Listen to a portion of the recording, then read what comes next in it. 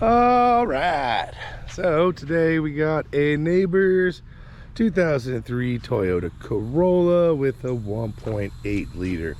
I don't know what all yours have these, but it'll be in the title when I figure it out. And their starter went out, so we're just gonna do a quick little starter swap today. This is not too bad of a job. Pretty much you can do it with just some hand tools, it looks like. So we're gonna get into it. The starter is located right here underneath the intake, right down there. So there should be some sort of cover here that's not on this car that you have to take off. It's probably just push pins or something. Also, real quick, I'll notate up here in the video will be a link for a starter on Amazon. I will also have a link in the description below, along with like a push pin puller and any other basic tools that we need coming up. But let's get going. First things first, we're going to disconnect the battery. So I'm going to get this negative cable off, move it aside, and then we will start on getting that starter out. Here we go. So the battery cable is disconnected. That is a 10 millimeter you need for that. So we're going to move over here and get to going at this starter. So first things first, I want to take off this little cross support bracket. This is a 12 millimeter and a 12 millimeter up here. So we're going to knock these off, get this bracket out of the way. If you look at the new replacement starter that they ordered, it is threaded at the top. So this bolt on the bottom, right, when this is sitting in the vehicle, it'll be somewhat in this orientation. You'll see, if I can get it to balance now.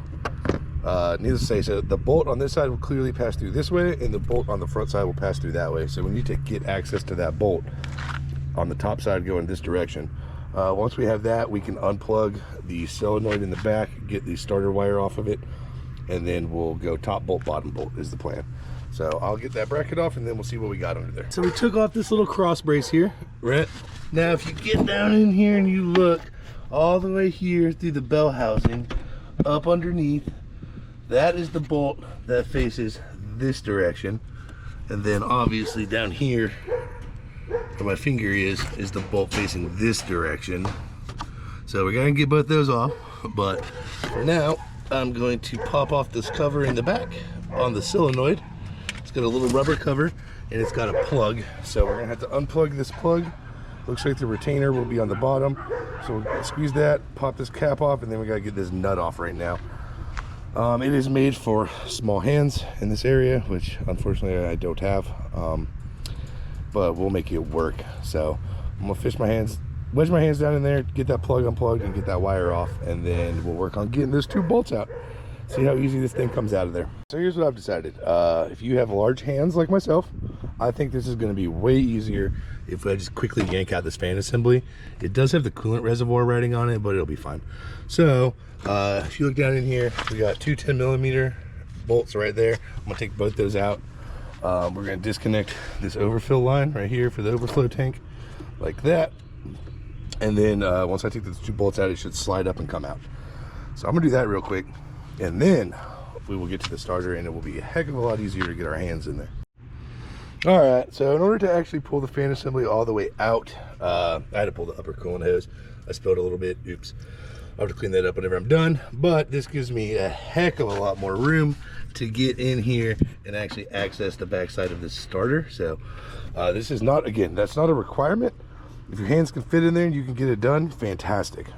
It was just really tight, and this is definitely worth every second of pulling that fan for me to have this much more room. So I'm all about that. I'm gonna get to taking these off. It looks like we got a 13 millimeter back here holding on the wire. Then I'll work on this plug. I will also say that if you do this, the fan plug was pretty gummy, but you just depress the center of it. I used a flathead screwdriver to depress it and pull it off. But otherwise, yeah, it was super easy to get that cooling fan rack out. Once I got that hose off, the whole thing just lifted right up. It's sitting over here now next to the tire. It'll go back in just as easy.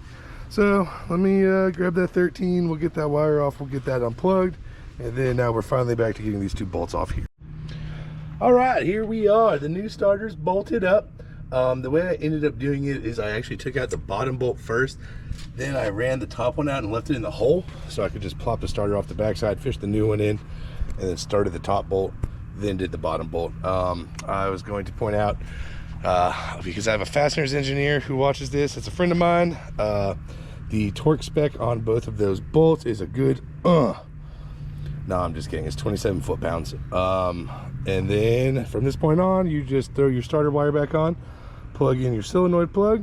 If you took the fan assembly out like I did, obviously drop the fans back in, hook up your coolant hoses, and you are good to start this puppy. Obviously finish up by hooking up the battery. So if the video helped you out, hit that thumbs up button so more people see it. If you want to see more repair videos or crazy weird custom stuff like that Bentley over there, hit the subscribe because it will be coming up at some point.